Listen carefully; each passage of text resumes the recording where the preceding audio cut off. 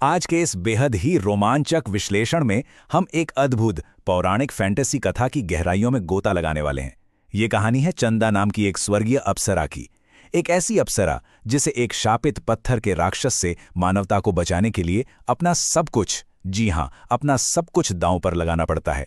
ये सिर्फ जादू टोने या राक्षसों की कहानी नहीं है, बल्कि ये निस्वार्थ बलिदान और प्रेम की एक बहुत ही गहरी गाथा है। तो चलिए बिना किसी देरी के इस दिलचस्प कथा की शुरुआत करते हैं। जरा इस एक वाक्य की गहराई को समझिए। धरती पर कदम रखना किसी भी अप्सरा के लिए खुद को जिंदा जला लेने जैसा है। शुरुआत से ही तनाव बिल्कुल चरम पर है। धरती का भारी गुरुत्वाकर्षण और यहाँ का वातावरण चंदा की सारी दिव्य शक्तियों और उसके सुंदर पंखों को पूरी तरह सोख लेता है। जो स्वर्ग में अजेय थी, वो अब एक साधारण, डरी हुई और कमजोर इंसान बन चुकी है। एक झटके में सब कुछ खत्म। तो हमारी चर्चा का पहला मुख्य पड़ाव है धरती पर अप्सरा का पतन। स्वर्ग में जो एक दिव्य और ताकतवर अप्सरा थी, वो धरती पर आकर पूरी तरह से बेबस हो चुकी है। अब वो काले जादू का आसानी से शिकार बन सकती है। ये विरोधाभास वाकई हैरान करने वाला है। सोचने वाली बात है, एक देवी को भी अब जिंदा रहने के लिए इंसानों की दया की जरूरत है। अगर अंधेरे जंगल में उसे रामू काका नाम के एक नेक चरवाहे और उनकी बेटी नैना का सहारा ना मिलता, तो चंदा का इस जादुई और खूंखार दुनिया में बचना बिल्कुल नामुमकिन था। और यहीं से खतरे की घंटी बजनी शुरू होती है। हमारा दूसरा पड़ाव है मायावी मगरमच्छ का भयानक हमला। अब ये कालकेतु आखिर बला क्या है? सदियों से एक पत्थर की मूरत में कैद ये राक्षस वापस एक जीता जागता शरीर पाना चाहता है। और इसके लिए उसे क्या चाहिए?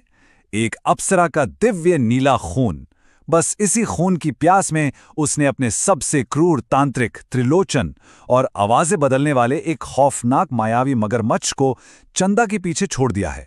मतलब दुश्मन सिर्फ ताकत से नहीं, बल्कि धोखे और माया से वार कर रहा है। इस मायावी खतरे से बचने के लिए रामू काका प्राचीन तंत्र का इस्तेमाल करते हैं, जिसके 3 बहुत ही सख्त नियम हैं। पहला, झोपड़ी के चारों कोनों में अभिमंत्रित कीले लगाना। दूसरा, दरवाजे को हर हाल में अंदर से बंद रखना। और तीसरा, सबसे अहम हिस्सा, अप्सरा का अपना खून। जब वो मायावी मगरमच्छ रामू काका की आवाज निकालकर चंदा और नैना को धोखा देने की कोशिश करता है, तब चंदा को अपना पहला बड़ा बलिदान देना पड़ता है।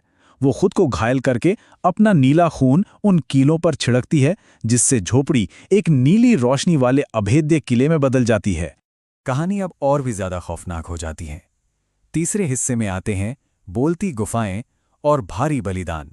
खतरे अब बस बढ़ नहीं रहे हैं, बल्कि अंधाधुंध दौड़ रहे हैं। पहले तो वो दुष्ट तांत्रिक अपने अंधक अस्त्र से झोपड़ी की छत ही उड़ा देता है, जिसके बाद उन्हें जान बचाकर भागना पड़ता है। फिर सामने आती है भ्रम पैदा करने वाली लावे की एक उबलती नदी, जिसे चंदा अपनी बची खुची शक्ति से जमा देती है। लेकिन इसके बाद जो खतरा आता है, वो सबसे भयानक है। यादें चुराने वाले पत्थर के पहरेदार। ये बोलती गुफाएं सिर्फ पत्थरों की कोई आम भूल भुलैया नहीं है, बिल्कुल नहीं। ये दिमाग से खेलने वाला एक मनोवैज्ञानिक युद्ध का मैदान है। ये गुफाएं इंसान के अपनों की आवाज निकालकर झूठ बोलती हैं, उन्हें भटकाती हैं और उनकी पहचान तक चुरा लेती हैं। और यहीं पर रामू काका अपनी बहादुरी की मिसाल पेश करते हैं। वो चंदा और अपनी बेटी नैना को आगे भेजने के लिए खुद पीछे रुक जाते हैं और अकेले ही उन खौफनाक पिशाचों से भिड़ जाते हैं। अब हम इस गाथा के सबसे भावुक मोड़ पर पहुंच चुके हैं, स्मृतियों का खोना और उनकी वापसी। गुफा के पहरेदार आगे जाने के लिए एक बहुत भारी कीमत मांगते हैं, इंसान की, उसकी अपनी यादें। और बिना एक पल सोचे चंदा अपना सब कुछ त्यागने को तैयार हो जाती है। जरा कल्पना कीजिए, एक अप्सरा उन लोगों के लिए अपनी पूरी पहचान, अपना पूरा वजूद मिटाने को तैयार है, जिन्हें वो कुछ ही घंटों पहले मिली थी। वो अपनी मर्जी से एक कोरी स्लेट बन जाती है।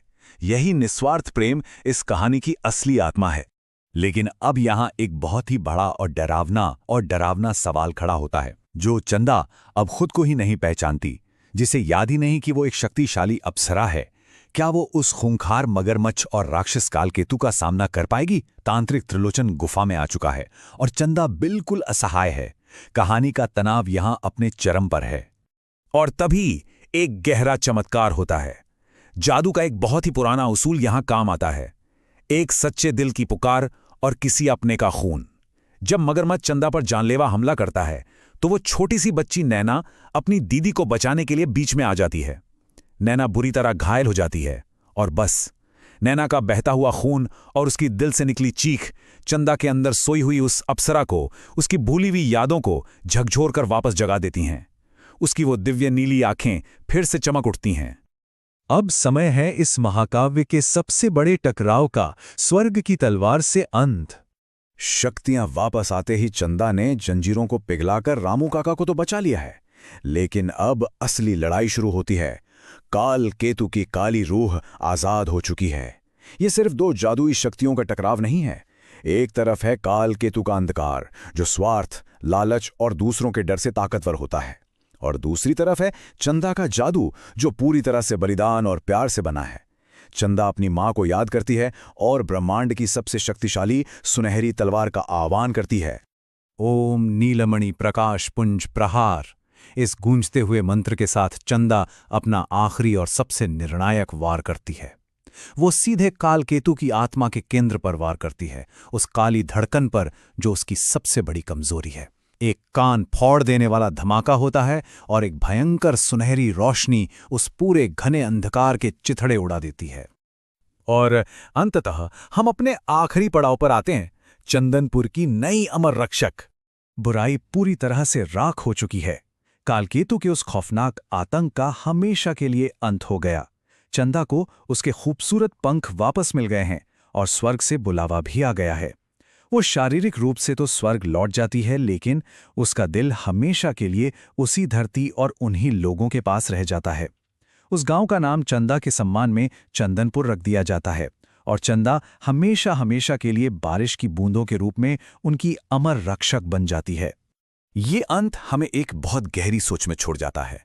पक्षी नीलकंठ ने एक बार कहा था कि बुराई कभी पूरी तरह खत्म नहीं होती, वो बस अपना रूप बदल लेती है।